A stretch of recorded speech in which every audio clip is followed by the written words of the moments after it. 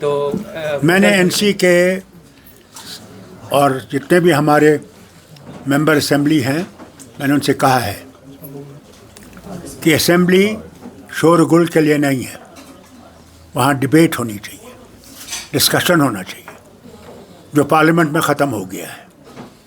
Parliament भी इसीलिए थी कि वहाँ बहस कर सकती हो, वहाँ जवाब दे सकती हो, जवाब मांग सकते हो। कुछ सालों से वो पार्लियामेंट का हाल ज़रा खस्ता है। अल्लाह करे कि वो दिन आए जब फिर से उस पार्लियामेंट में, ऐसे ब्रिटिश पार्लियामेंट में होता है, वहाँ डिस्कशन होता है, डिबेट होती है, प्राइम मिनिस्टर और दूसरे मिनिस्टर्स जवाब देते हैं। यहाँ भी एक दिन विषय वापस आएगा। देखिए, एक बात मैं आपसे क्लियर करना चाहता हूँ। उन्होंने जो अल्फाज इस्तेमाल किए थे डीसी के ख़िलाफ़, वो अनपार्लियामेंट्री थे, वो सही नहीं थे, मगर उस पर PSA लगाना भी गलत था। ये चीज़ें हल हो सकती थी बातचीत से। हर एक चीज़ बातचीत से हल हो सकती है। झगड़े और लड़ाइयों से कोई चीज़ हल नहीं होती है। अब देख लीजिए यूक्रेन का हाल देखिए क्या है। वहाँ अमेरिका लड़ रहा है रशिया के ख़िलाफ़, मारे जा रहे हैं यूक्रेनियंस। लड़ाई किसी का हल नहीं है। मैं उम्मीद करता हूँ अभी पुतिन और ट्रंप मिलने वाले हैं। अल्लाह करे कि उसमें वो दोनों हठधर्मी छोड़े और अमन की बात करें और अमन लाएं दुनिया में। इस तरह गाज़ा में है। सपोर्ट नहीं किया नेशनल कॉन्फ्रेंस को। किसने कहा? आपको क्या ऊपर से तार आया है? कांग्रेस हमारे साथ है और हमें सपोर्ट कर रही है। और बोलिए। सर, योगी आदित्यनाथ ने बोला है कि जो हलाल सर्टिफिकेट होगी खाने की, उसको अवॉइड ही कर दिया जाए। किसको? जो हलाल सर्टिफिकेट मिलती है ना यूपी में खाने पीने की, तो उसने बोला कि हलाल सर्टिफिकेट वाला खाना अवॉइड करना चाहिए सबको। ये आपको यूपी के वालों के सवाल पूछना चाहिए। हम लोगों से कोई ताल्लुक नहीं है। लेकिन सर, ये मुसलमान वहाँ के लोग जो हैं इसका फैसला वो करेंगे। हिंदुस्तान जो है वो यूनिटी इन डाइवर्सिटी है, और जब तक डाइवर्सिटी को हम कायम करेंगे, उसको मजबूत करेंगे, तो भारत भी मजबूत रहेगा।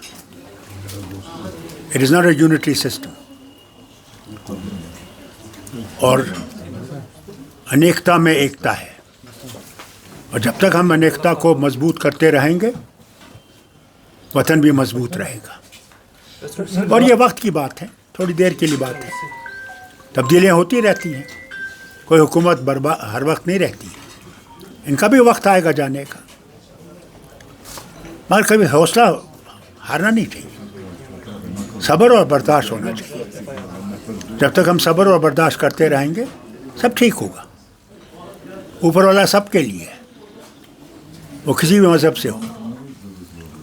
यही हिंदुस्तान की सबसे बड़ी जो है अल्लाह ने मेहरबानी की है कि एक ऐसा वतन है जिसमें सब मज़हब हैं। अब बताइए मुझे, तमिलनाडु को देखिए और कश्मीर को देखिए, न मौसम एक जैसा है, न कल्चर एक जैसा है, न ज़बान है, न वो हमारी कश्मीरी समझ सकते हैं, न हम उनका तमिल समझ सकते हैं, मगर फिर हमें इकट्ठे कैसे रहते हैं? क्योंकि हम समझ सकते हैं कि जब तक हम इकट्ठे रहेंगे, हम दोनों तरक्की करेंगे। यही तो भारत का है, यही तो गांधी का भारत है। यहाँ सब बराबर हैं, कोई फ़र्क नहीं है। वोट हर एक के पास एक है, किसी के पास 2 वोट नहीं है। फिर घबराते क्यों? वक्त की बात है, और भी तब्दीलियाँ आएंगी। आगे चलिए। फारूक साहब, पहली बार आप 82 के बाद पार्लियामेंट नहीं जा रहे हैं। पार्लियामेंट मैंने बहुत कर लिया, अब मुझे घर संभालना है। घर आबाद रहेगा तो वतन भी आबाद रहेगा। हमने घर को मजबूत करना है, घर की मुश्किलों को दूर करना है, यहाँ के लोगों को राहत दिलवानी है। यही हमारा मकसद है। पार्लियामेंट में जाने की ज़रूरत नहीं थी। पार्लियामेंट में अब जवान जाएंगे, जो हमारे वहाँ पे हमारी जो मुश्किलात हैं उनको बयान करेंगे। और हमारे पार्लियामेंट मेंबर सिर्फ हमारे लिए नहीं है, उनको वतन के लिए भी देखना पड़ेगा कि वतन में जो खराबियां हैं उनको ठीक करना पड़ेगा, ये है। For Sir, I say assembly